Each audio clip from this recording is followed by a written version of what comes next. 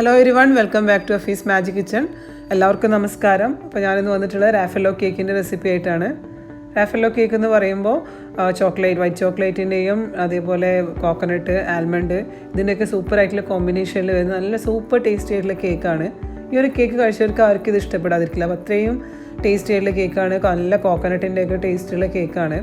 അപ്പോൾ ഇത് ഞാൻ 2 kg വെയിറ്റുള്ള കേക്കായിട്ടാണ് ചെയ്യാൻ പോകുന്നത്. നിങ്ങൾക്ക് 1 kg വെയിറ്റുള്ള കേക്കാണ് ആവശ്യമെങ്കിൽ ഈ ഒരു മെഷർമെൻറ്റ്സൊക്കെ കറക്റ്റ് പകുതിയാക്കിയാൽ മതി കേട്ടോ. അപ്പോൾ നമുക്ക് വീഡിയോയിലേക്ക് പോകുന്നതിന് മുമ്പ് നിങ്ങൾ എൻ്റെ ചാനൽ ആദ്യമായിട്ട് കാണുന്നവരാണെങ്കിൽ, സബ്സ്ക്രൈബ് ചെയ്യാതെ കാണുന്നവരാണെങ്കിൽ പ്ലീസ് ഒന്ന് സബ്സ്ക്രൈബ് ചെയ്യുക കേട്ടോ.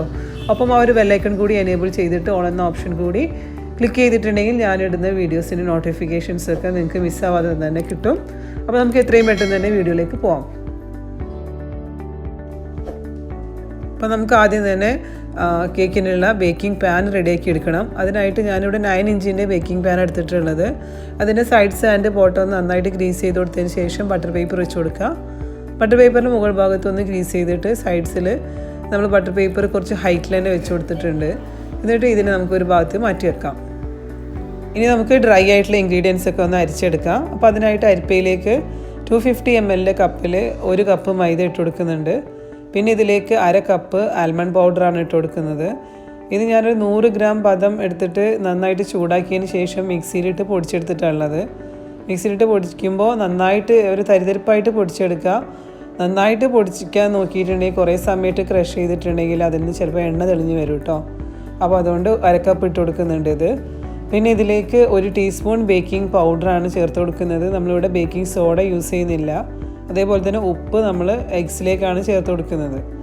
ഇനി ഇതിനെ നമുക്ക് നന്നായിട്ടൊന്ന് അരിച്ചെടുക്കാം. അപ്പോൾ എനിക്കിവിടെ ചെറിയൊരു അബദ്ധം പറ്റി. ഞാൻ ഓർമ്മയില്ലാതെ ആൽമണ്ട് പൗഡർ ഇതിൻ്റെ കൂടെ ആഡ് ചെയ്ത് പോയി. അപ്പോൾ നിങ്ങൾക്ക് ബേക്കിംഗ് പൗഡറും അതേപോലെ മൈദയും കൂടി നന്നായിട്ടൊന്ന് സീവ് ചെയ്തതിന് ശേഷം ഈ ഒരു ആൽമണ്ട് പൗഡർ കൂടി ചേർത്തിട്ട് വിസ്ക് ഉപയോഗിച്ചിട്ട് കമ്പൈൻ ചെയ്ത് കൊടുത്താലും മതി കേട്ടോ. അപ്പോൾ വിസ്ക് ഉപയോഗിച്ചിട്ട് നന്നായിട്ട് മിക്സാക്കി കൊടുത്തതിന് ശേഷം നമുക്കിതിനെ ഒന്ന് എന്ത് ചെയ്യാം, ഒരു ഭാഗത്ത് മാറ്റി വെക്കാം. അപ്പോൾ ഇനി നമുക്ക് എഗ്സ് നന്നായിട്ട് ബീറ്റ് ചെയ്തെടുക്കണം. അപ്പോൾ അതിനായിട്ട് ഞാൻ ഡ്രൈ ആയിട്ടുള്ള ക്ലീൻ ആയിട്ടുള്ള 2 ബൗൾസ് എടുത്തിട്ടുണ്ട്. അപ്പോൾ അതിലേക്ക് ഞാൻ ഈ എഗ്സിൻ്റെ വൈറ്റ് യോക്കും സെപ്പറേറ്റ് ചെയ്തെടുക്കുന്നുണ്ട്. അപ്പോൾ ഈ 6 വൈറ്റ്സും യോക്കും സെപ്പറേറ്റ് ചെയ്തെടുത്തതിന് ശേഷം നമുക്ക് എഗ് വൈറ്റ്സിനെ ആദ്യം തന്നെ നന്നായിട്ട് ബീറ്റ് ചെയ്തെടുക്കാം. അപ്പോൾ അതിനായിട്ട് ഞാൻ അതിലേക്ക് ഒരു നുള്ളു ഉപ്പിട്ട് കൊടുത്തതിന് ശേഷമാണ് ബീറ്റ് ചെയ്യാൻ പോകുന്നത്. അപ്പോൾ നമുക്ക് ഉപ്പിട്ട് കൊടുത്തതിന് ശേഷം ബീറ്റർ ഉപയോഗിച്ച് തന്നെ ഇതിനെ നന്നായിട്ട് ബീറ്റ് ചെയ്യാൻ തുടങ്ങാം. അപ്പോൾ ഇത് ഒന്ന് നന്നായിട്ട് ബീറ്റായി വന്നതിന് ശേഷമാണ് നമ്മൾ ഇതിലേക്ക് പഞ്ചസാര പൊടിച്ച് ചേർക്കാൻ പോകുന്നത്. അപ്പോൾ ഇത് എഗ് വൈറ്റ്സ് നമ്മൾ ബീറ്റ് ചെയ്യുന്ന സമയത്ത് പ്രത്യേകം ശ്രദ്ധിക്കേണ്ട കാര്യം, ഇതിനെ സെപ്പറേറ്റ് ചെയ്യുന്ന സമയത്ത് ഈ ഒരു വൈറ്റ്സിലേക്ക് യോക്കിൻ്റെ ഭാഗം തീരെ പെടാൻ പാടില്ല. അതേപോലെ തന്നെ നമ്മൾ യൂസ് ചെയ്യുന്ന ബൗളിൽ ഒരിക്കലും വെള്ളത്തിൻ്റെ അംശം ഉണ്ടാവാൻ പാടില്ല, എണ്ണമയം ഒന്നും ഉണ്ടാവാൻ പാടില്ല. അതൊന്നും ഇല്ലെങ്കിലാണ്, നല്ല ക്ലീൻ ആയിട്ടുള്ള ഡ്രൈ ആയിട്ടുള്ള ബൗളാണെങ്കിലാണ് പെട്ടെന്ന് നമുക്ക് ഈ ഒരു വൈറ്റ്സ് നന്നായിട്ട് ബീറ്റായിട്ട് കിട്ടുള്ളൂ. അപ്പോൾ ഇതൊന്ന് പതിഞ്ഞ് വരുന്ന സമയത്ത് നമുക്കിതിലേക്ക് പഞ്ചസാര പൊടിച്ച് ചേർത്ത് കൊടുക്കണം. ഞാനിവിടെ 1 കപ്പ് പഞ്ചസാര പൊടിച്ചതാണ് ഞാനിതിലേക്ക് ചേർത്ത് കൊടുക്കുന്നത്. അത് ഞാൻ പിന്നെ ഒരു 1/4 കപ്പും കൂടി എടുത്തിട്ടുണ്ട് കേട്ടോ. അപ്പോൾ കറക്റ്റ് 1/4 കപ്പ് പഞ്ചസാര പൊടിച്ചതാണ് ഇതിലേക്ക് ഞാൻ ചേർത്ത് കൊടുത്തിട്ടുള്ളത്. അപ്പോൾ ഈ പഞ്ചസാര പൊടിച്ചതിൻ്റെ പകുതി ഭാഗം ഇതിലേക്ക് കുറച്ചായിട്ട് ചേർത്ത് കൊടുത്തിട്ട് നമുക്ക് ഈ ഒരു വൈറ്റ്സിനെ നന്നായിട്ട് ബീറ്റ് ചെയ്തിട്ട് നല്ല ഒരു സ്റ്റിഫ് പീക്കായിട്ടുള്ള കൺസിസ്റ്റൻസി എത്തുന്ന സമയത്ത്, ഈ ഒരു കൺസിസ്റ്റൻസി എത്തുമ്പോൾ നമുക്ക് ഇതിനെ ബീറ്റ് ചെയ്യുന്നത് നിർത്താം. ഇനി നമുക്ക് എഗ് യോക്സ് എടുക്കാം. നമ്മൾ നേരത്തെ മാറ്റി വെച്ചിട്ടുള്ള എഗ് യോക്സിലേക്ക് 1 ടീസ്പൂൺ വാനില എസൻസ് ചേർത്ത് കൊടുത്തതിന് ശേഷം ആ ഒരു എഗ്ഗിൻ്റെ സ്മെല്ലൊക്കെ മാറാൻ വേണ്ടിയിട്ടാണ്. അപ്പോൾ 1 ടീസ്പൂൺ വാനില എസൻസ് ചേർത്ത് കൊടുത്തിട്ട് നമുക്ക് അതേ ബീറ്റർ ഉപയോഗിച്ചിട്ട് തന്നെ നമുക്ക് എന്ത് ചെയ്യാം, ഒന്ന് ബീറ്റ് ചെയ്തെടുക്കുക.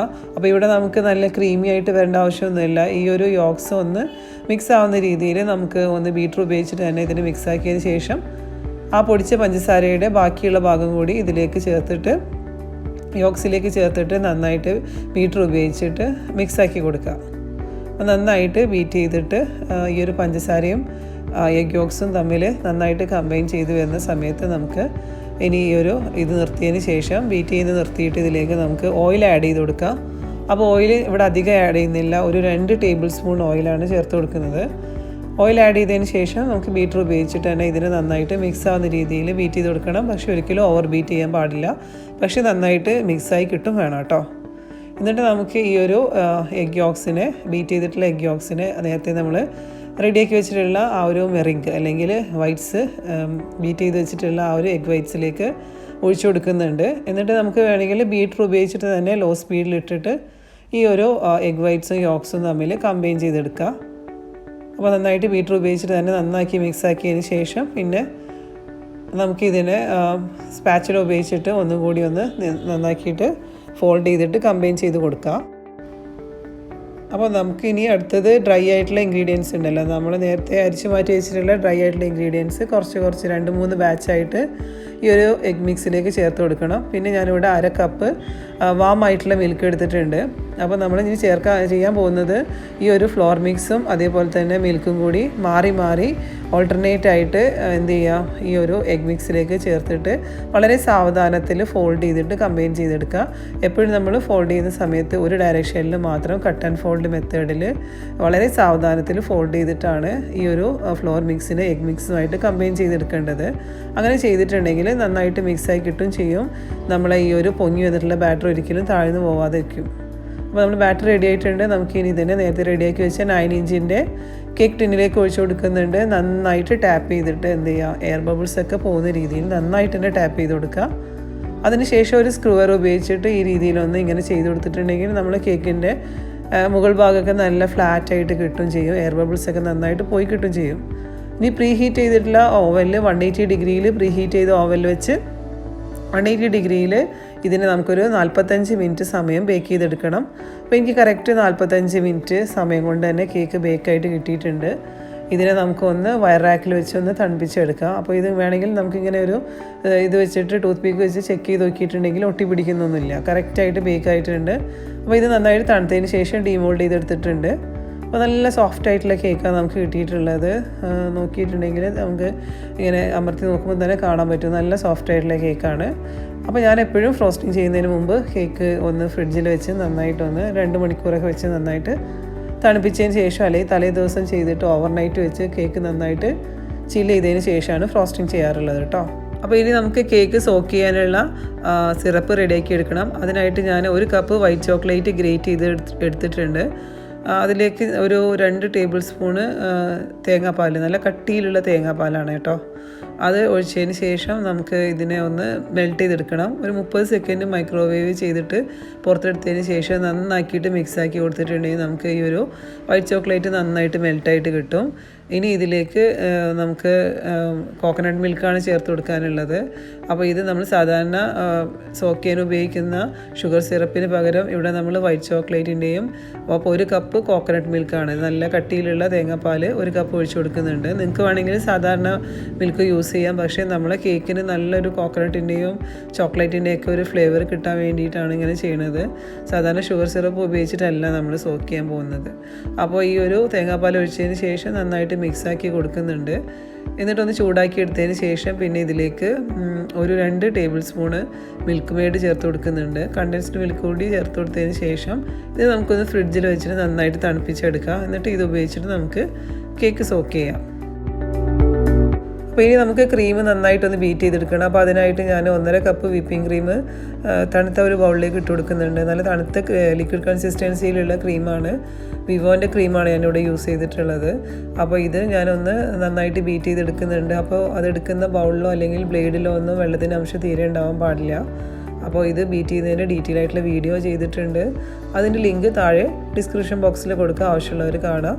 ഞാനിതിലേക്ക് ഒരു 4 ടേബിൾ സ്പൂണ് പഞ്ചസാര പൊടിച്ചത് കൂടി ചേർത്ത് കൊടുത്തതിന് ശേഷമാണ് ബീറ്റ് ചെയ്തെടുക്കുന്നത്. ഇത് നല്ലൊരു സ്റ്റിഫ് പീക്കായിട്ടുള്ള കൺസിസ്റ്റൻസി എത്തുമ്പോൾ നമുക്ക് ബീറ്റ് ചെയ്യുന്നത് നിർത്താം.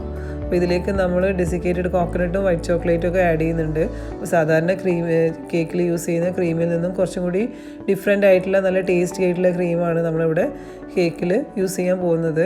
അപ്പോൾ ഈ ഒരു സ്റ്റിഫ് പീക്കായിട്ടുള്ള കൺസിസ്റ്റൻസി എത്തിക്കഴിയുമ്പോൾ നമുക്ക് എന്ത് ചെയ്യാം, ബീറ്റ് ചെയ്യുന്നത് നിർത്താം. അപ്പോൾ ഇനി നമുക്ക് ക്രീമിലേക്കുള്ള വൈറ്റ് ചോക്ലേറ്റ് ഒന്ന് മെൽറ്റ് ചെയ്തെടുക്കണം. അപ്പോൾ അതിനായിട്ട് ഞാനിവിടെ ഒരു 3/4 കപ്പ് വൈറ്റ് ചോക്ലേറ്റ് ഗ്രേറ്റ് ചെയ്ത് എടുത്തിട്ടുണ്ട്. അതിലേക്ക് 1 ടേബിൾ സ്പൂൺ മാത്രം കോക്കനട്ട് മിൽക്ക് ചേർത്തിട്ട് ഇതിനെ നന്നായിട്ടൊന്ന് മൈക്രോവേവിൽ ഒരു 30 സെക്കൻഡ് വെച്ച് നന്നായിട്ട് മെൽറ്റ് ചെയ്തെടുക്കുക. ഇത് നന്നായിട്ടൊന്ന് മെൽറ്റായി വരുമ്പോൾ നമുക്ക് ഇതിൻ്റെ ചൂടൊക്കെ അറിയിട്ടൊന്ന് നന്നായിട്ട് തണുത്തതിന് ശേഷം മാത്രം നമുക്ക് ഈ ഒരു വൈറ്റ് ചോക്ലേറ്റ് മെൽറ്റ് ചെയ്തത് ക്രീമിലേക്ക് ആഡ് ചെയ്ത് കൊടുക്കാം. അപ്പോൾ നല്ല തണുത്തതിന് ശേഷം മാത്രമേ ആഡ് ചെയ്യാൻ പാടുള്ളൂ കേട്ടോ. അപ്പോൾ എന്നിട്ട് ഇതിനെ ക്രീമിലേക്ക് ആഡ് ചെയ്തിട്ട് ഒന്ന് ബീറ്റർ ഉപയോഗിച്ച് തന്നെ ഒന്ന് നന്നായിട്ട് ബീറ്റ് ചെയ്തിട്ട് ഈ ഒരു ചോക്ലേറ്റ് ക്രീമായിട്ട് മിക്സ് ആക്കി എടുക്കണം. അപ്പോൾ ഈ ഒരു ചോക്ലേറ്റും കൂടി ചേരുമ്പോൾ നമ്മളെ ക്രീമിന് നല്ല ഒരു ടേസ്റ്റ് ആയിരിക്കും ഉണ്ടാവുക. ഇനി നമുക്കിതിലേക്ക് ചേർക്കാനുള്ളത് ഡെസിക്കേറ്റഡ് കോക്കനട്ടാണ്. ഞാനിവിടെ ഒരു 1/2 കപ്പ് ഡെസിക്കേറ്റഡ് കോക്കനട്ട് എടുത്തിട്ടുണ്ട്. അപ്പോൾ ഇത് ഞാൻ ഹോം മെയ്ഡായിട്ട് ഉണ്ടാക്കിയതാണ്. ഈ ഒരു ഡെസിക്കേറ്റഡ് കോക്കനട്ട് നമുക്ക് വളരെ ഈസി ആയിട്ട് വീട്ടിൽ തന്നെ റെഡിയാക്കി എടുക്കാൻ പറ്റും. വാങ്ങുന്നതിനേക്കാളും നല്ല ടേസ്റ്റിൽ ഉണ്ടാക്കാൻ പറ്റും. അപ്പോൾ അതിന് ചെയ്യേണ്ടത് നമ്മൾ തേങ്ങ എടുത്തിട്ട് ഒന്ന് ഗ്യാസ് സ്റ്റോപ്പിൽ വെച്ചിട്ട് ചൂടാക്കിയിട്ടോ അല്ലെങ്കിൽ ഫ്രീസറിൽ വെച്ചിട്ട് നന്നായിട്ട് തണുപ്പിച്ചെടുത്താലും മതി. അതിന് നല്ല അതിൻ്റെ ആ ഒരു ബ്ലാക്ക് പുറത്തുള്ള ഷെല്ല് നന്നായിട്ട് പൊട്ടിച്ച് കളഞ്ഞതിന് ശേഷം അതിൻ്റെ പുറത്തുള്ള ആ ഒരു ബ്ലാക്ക് സ്കിൻ ഉണ്ടല്ലോ, അത് പീലർ ഉപയോഗിച്ച് നന്നായിട്ട് ആ ബ്ലാക്ക് സ്കിന്ന് ഫുള്ള് പീൽ ചെയ്ത് കളയാം. എന്നിട്ട് ആ ഒരു തേങ്ങ ചെറിയ ചെറിയ പീസാക്കിയിട്ട് മിക്സിയിലിട്ടതിന് ശേഷം നന്നായിട്ട് പൊടിച്ചെടുക്കുക. നന്നായിട്ട് പൊടിച്ചെടുത്തതിന് ശേഷം ഒന്ന് ചൂടാക്കി എടുത്തിട്ടുണ്ടെങ്കിൽ ഡെസിക്കേറ്റഡ് കോക്കനട്ട് റെഡിയാണ്. ഈ ഒരു ഡെസിക്കേറ്റഡ് കോക്കനട്ട് ഇങ്ങനെ റെഡിയാക്കിയിട്ടുള്ളതാണ്. ഇതൊരു 1/2 കപ്പാണ്. അല്ലെങ്കിൽ ഞാൻ ഒരു 1/2 കപ്പ് എടുത്തതിന് ശേഷം വീണ്ടും 1 കപ്പ് 1/2 കപ്പ് കൂടി എടുത്തതിന് ശേഷം ടോട്ടൽ 1 കപ്പ് ഇട്ട് കൊടുത്തിട്ടുണ്ട് കേട്ടോ. അപ്പോൾ ഈ 1 കപ്പ് ഡെസിക്കേറ്റഡ് കോക്കനട്ട് കൂടി ഈ ഒരു ക്രീമിലേക്ക് ആഡ് ചെയ്തിട്ട് ബീറ്റ് ചെയ്യേണ്ട ആവശ്യമൊന്നുമില്ല. നമുക്ക് സ്പാച്ചില ഉപയോഗിച്ചിട്ട് നന്നായിട്ട് ഒന്ന് ഫോൾഡ് ചെയ്തിട്ട് മിക്സ് ആക്കി കൊടുത്തിട്ടുണ്ടെങ്കിൽ നല്ല ടേസ്റ്റി ആയിട്ടുള്ള ക്രീമാണിത്. വൈറ്റ് ചോക്ലേറ്റും കോക്കനട്ടും കൂടി വരുമ്പോൾ നമ്മൾ ഈ ഒരു കേക്കിൽ യൂസ് ചെയ്യുന്ന ക്രീമിന് നല്ല ടേസ്റ്റാണ് കേട്ടോ. ഇനി കേക്ക് നമ്മൾ തണുത്തതിന് ശേഷം പുറത്തെടുത്തിട്ടുണ്ട്. ഈ കേക്കിനെ നമുക്ക് 3 ഈക്വൽ ആയിട്ടുള്ള ലെയേഴ്സായിട്ട് കട്ട് ചെയ്തെടുക്കണം. അപ്പോൾ ഞാൻ ആദ്യത്തെ ലെയർ കട്ട് ചെയ്തിട്ടുണ്ട്. രണ്ടാമത്തെ ലെയറും കൂടി കട്ട് ചെയ്തിട്ടുണ്ടെങ്കിൽ നമുക്ക് 3 ലെയേഴ്സായിട്ട് കട്ട് ചെയ്തിട്ടുണ്ട്. ഇനി ഞാൻ ഒരു ടേൺ ടേബിളിൻ്റെ മുകളിൽ ഒരു കേക്ക് ബോർഡ് വെച്ച് കൊടുത്തിട്ടുണ്ട്. അതിൻ്റെ സെൻറ്ററിൽ കുറച്ച് ക്രീമാക്കിയതിന് ശേഷം ഫസ്റ്റ് ലെയർ വെച്ച് കൊടുത്തിട്ടുണ്ട്. എന്നിട്ട് നമ്മൾ നേരത്തെ റെഡിയാക്കി വെച്ചിട്ടുള്ള ആ ഒരു കോക്കനട്ടിൻ്റെയും അതേപോലെ വൈറ്റ് ചോക്ലേറ്റിൻ്റെയൊക്കെ ആ ഒരു സിറപ്പ് ഉണ്ടല്ലോ, അത് കേക്കിൻ്റെ മുകളിലേക്ക് നന്നായിട്ട് ഒഴിച്ചു കൊടുക്കുന്നുണ്ട്. നന്നായിട്ട് കേക്ക് സോക്കാക്കിയതിന് ശേഷം റെഡിയാക്കിയിട്ടുള്ള ക്രീം മുകളിൽ സ്പ്രെഡാക്കി കൊടുക്കുന്നുണ്ട്. എല്ലാ ഭാഗത്തെത്തുന്ന രീതിയിൽ നന്നായിട്ട് ഈ രീതിയിൽ സ്പ്രെഡാക്കി കൊടുത്തതിന് ശേഷം നമുക്കിനി ഇതിൻ്റെ സൈഡ്സും ഒന്ന് റെഡിയാക്കിയിട്ട് ഇതിൻ്റെ മുകളിലേക്ക് ഞാനിനി ആഡ് ചെയ്യുന്നത് വൈറ്റ് ചോക്ലേറ്റിൻ്റെ ചിപ്സും അതേപോലെ തന്നെ കുറച്ച് നട്ട്സ് ചോപ്പ് ചെയ്തതാണ്. ഇത് രണ്ടും കൂടി ഇതിൻ്റെ മുകളിൽ നന്നായിട്ടൊന്ന് ക്രീമിലേക്ക് സ്പ്രെഡാക്കിയിട്ട് ഇട്ട് കൊടുക്കുന്നുണ്ട്. ഇനി അതിന് ശേഷം നമുക്ക് സെക്കൻഡ് ലെയർ വെച്ച് കൊടുക്കാം. സെക്കൻഡ് ലെയറിലും ഇതേ പ്രോസസ്സ് തന്നെ റിപ്പീറ്റ് ചെയ്യുക. നമ്മൾ റെഡിയാക്കിയിട്ടുള്ള ആ ഒരു വൈറ്റ് ചോക്ലേറ്റിൻ്റെയും മിക്സിൽ സോക്ക് ചെയ്തതിന് ശേഷം ക്രീം അപ്ലൈ ചെയ്യുക. ക്രീം നന്നായിട്ടൊന്ന് സ്പ്രെഡാക്കിയിട്ട് നേരത്തെ ചെയ്ത പോലെ തന്നെ നട്ട്സിൻ്റെയും ചോക്ലേറ്റിൻ്റെ ചിപ്സും സ്പ്രെഡാക്കി കൊടുത്തിട്ട് തേർഡ് ലെയർ വെച്ച് കൊടുക്കുന്നുണ്ട്. അപ്പോൾ കേക്കിൻ്റെ അടിഭാഗമാണ് തേർഡ് ലെയറായിട്ട് വെച്ച് കൊടുത്തിട്ടുള്ളത്. ആ ഒരു ബട്ടർ പേപ്പറൊക്കെ റിമൂവ് ചെയ്തിട്ട് നന്നായിട്ട് കേക്ക് ആ ഒരു കോക്കനട്ടിൻ്റെ മിൽക്ക് മിക്സിൽ നന്നായിട്ട് സോക്ക് ചെയ്തതിന് ശേഷം കേക്കിൻ്റെ മുകൾ ഭാഗത്തും അതേപോലെ തന്നെ സൈഡ്സിലൊക്കെ ഒന്ന് ക്രീം അപ്ലൈ ചെയ്ത് കൊടുത്തിട്ട് നമുക്ക് ആദ്യം തന്നെ കേക്കിനെ നന്നായിട്ട് ക്രം കോട്ടിങ് ചെയ്തെടുക്കാം. അപ്പോൾ ക്രം കോട്ടിങ് ചെയ്തെടുത്തതിന് ശേഷം നമുക്ക് ഇതിനെ ഒരു 15 മിനിറ്റ് ഫ്രിഡ്ജിൻ്റെ ഫ്രീസറിൽ തന്നെ ഒന്ന് തണുക്കാനായിട്ട് വെക്കണം.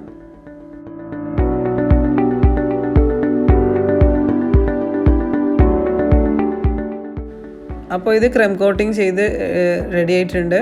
ഇനി നമുക്കിതൊന്ന് 15 മിനിറ്റ് ഫ്രീസറിൽ വെച്ച് തണുപ്പിച്ചെടുത്തതിന് ശേഷം പുറത്തെടുത്തിട്ട് നമുക്കിതിനെ വീണ്ടും സൈഡ്സിലും മുകളിലൊക്കെ നന്നായിട്ട് തന്നെ ക്രീം അപ്ലൈ ചെയ്തിട്ട് ഇതിനെ ഫൈനലായിട്ടുള്ള ഫ്രോസ്റ്റിംഗ് ചെയ്തെടുക്കണം.